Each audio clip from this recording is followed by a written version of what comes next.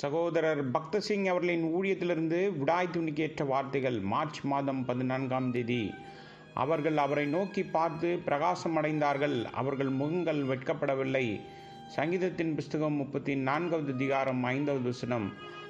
1947ஆம் ஆண்டு போர்க்களத்திலிருந்து வீடு திரும்பும் சுமார் 1530 வீரர்களை ஏற்றிக்கொண்டு ஒரு கப்பல் சவுதாம்பேட்டனுக்கு வந்தது.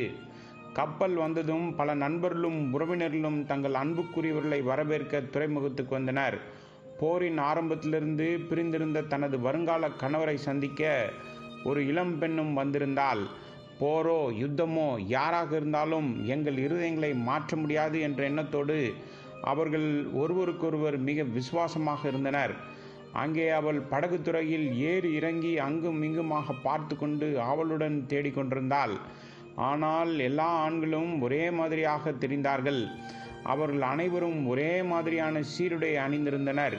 இவ்வளவு பெரிய கூட்டத்தில் அவளால் தன்னுடைய இளைஞனை அடையாளம் காண முடியவில்லை.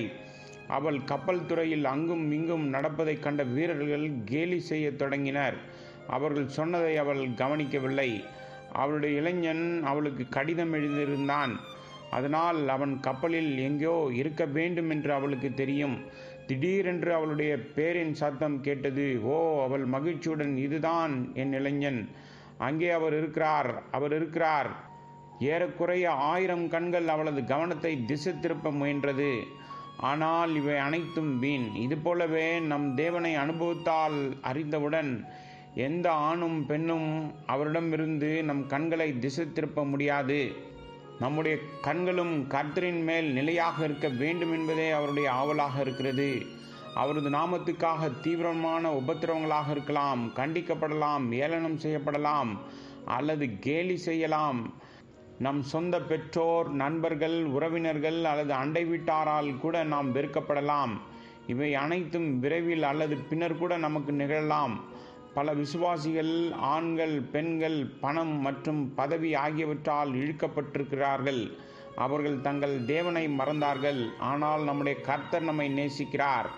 மேலும் அவர் மீண்டும் மீண்டுமாக நம்மிடம் சொல்கிறார், என்னை நோக்கி பாருங்கள், என்னை நோக்கி பாருங்கள். உலகத்தின் கடையாந்திர முனையில் உள்ளவர்களே, என்னை நோக்கி பாருங்கள்.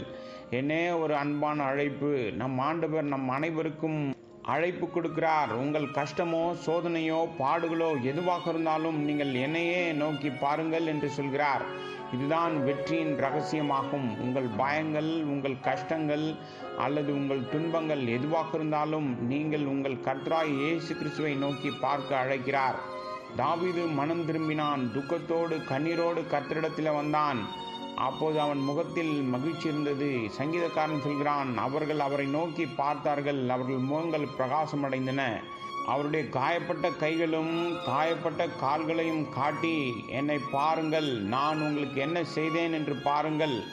உங்களை மன்னிப்பதற்கும் உங்களை மாற்றுவதற்கும் உங்களது பயங்கள், துன்பங்கள் மற்றும் பாதைகள் அனைத்தையும் அகற்றுவதற்கு நான் எவ்வளவு உபத்திரவங்களை அனுபவித்தேன். இன்று அவரை நோக்கி பாருங்கள், நீங்களும் கூட பிரகாசம் அடைவீர்கள்.